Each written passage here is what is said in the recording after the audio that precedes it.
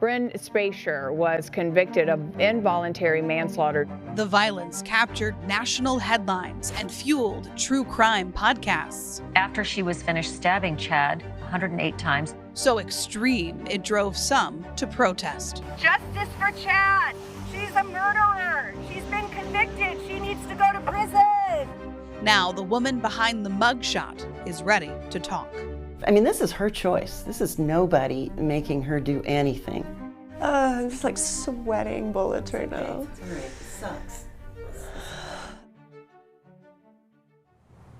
Come on, this way. Good girl, good girl.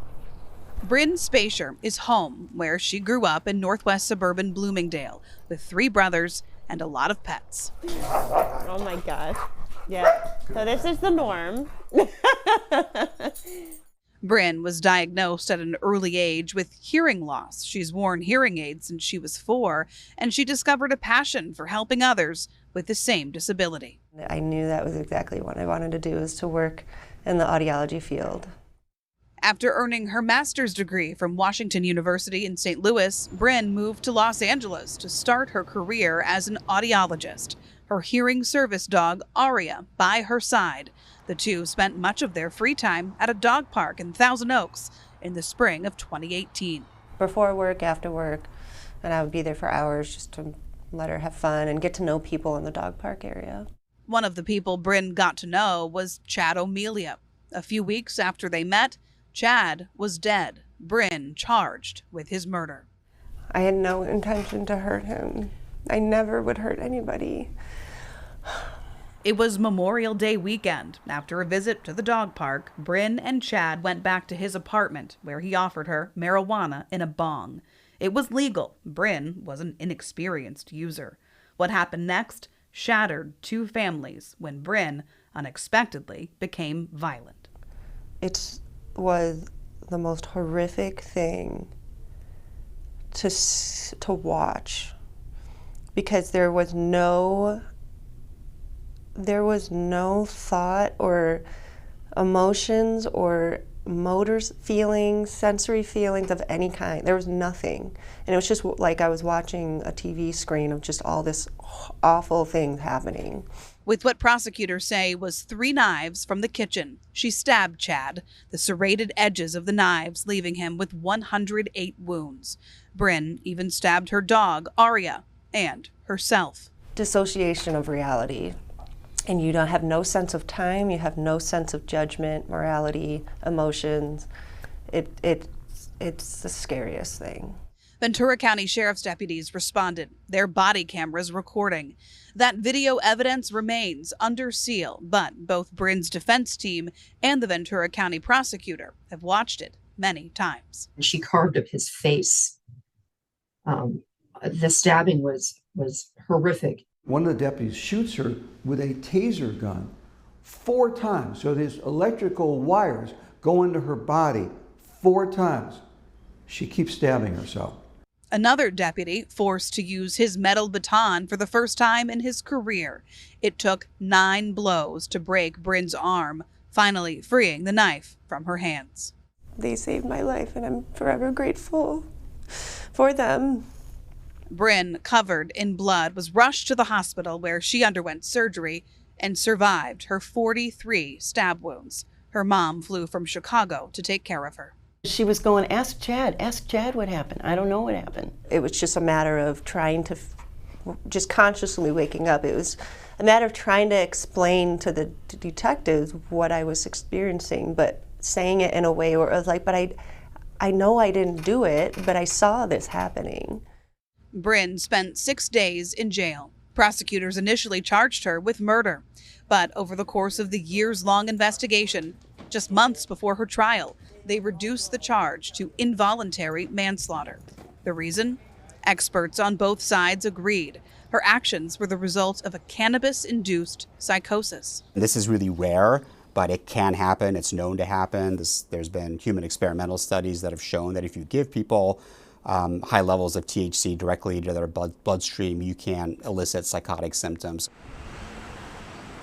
At Northwestern University's Feinberg School of Medicine, Dr. Sachin Patel studies how cannabis and its primary psychoactive compound, THC, affect the brain. He says those most at risk of experiencing cannabis-induced psychosis are people with mental illness or people who have a family member with a psychotic disorder. Is it possible for someone to become violent when they wouldn't normally be? It's possible, depending on the degree of psychosis. So if people are perceiving things in the environment to be threatening, for example, that they ordinarily wouldn't, or when there actually is no threat, certainly one reaction of that could be, for example, fear or withdrawal. Under certain circumstances, it could be heightened aggression. Nope. Late last year, a jury convicted Bryn. When you were waiting for that sentencing, what did you think was going to happen? Oh, I really thought I was going to prison. But that's not how the judge saw it. Court transcripts quote him saying, "No one could have foreseen that a single hit of marijuana that night would have caused Miss Spacer to have a total psychotic break from reality. Certainly not Chad, and certainly not Miss Spacer. In light of these facts, I do not believe that further incarceration of Miss Spacer is appropriate." Get up there, good boy. He sentenced her instead to 2 years probation and 100 hours community service, specifically educating the public on the dangers of THC. That this judge absolved this defendant of really any responsibility other than the fact that she's convicted sends a very dangerous message. Chad's father calls the sentence a travesty of the system. What does she have to do? Nothing? Nothing after taking another human being's life? That's not accountability. Probation, talking to people. I mean, that's not justice. And what do you want the Amelia family to hear from you now? I am so sorry. I am so sorry that they have to live with a hole in their life and will forever not be able to be with Chad anymore. And that they have to grieve. And I just hope and pray that they find some compassion and forgiveness.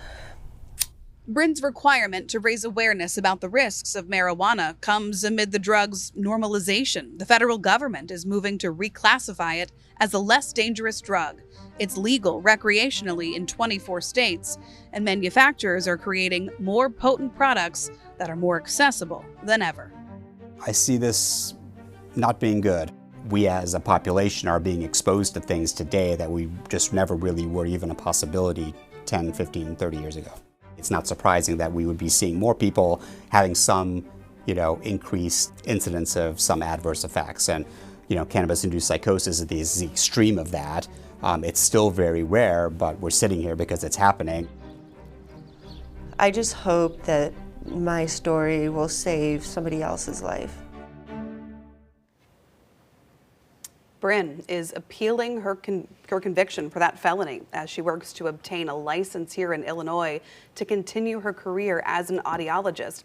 As part of her community service, she's teaming up with an advocacy group called Every Brain Matters that fights what it calls the expansion of drug culture. We have additional interviews with the folks at that organization on our website, WGNTV.com.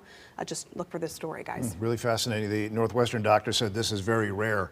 But you do know of documented cases where this has been a precedent. Yeah, this defense is considered novel. It's new, but there is a case just from this spring in Ireland. A man found not guilty of murder by reason of insanity because of marijuana-induced psychosis there, too. So it is rare, but it's also happening. Jenna Barnes, thanks so much.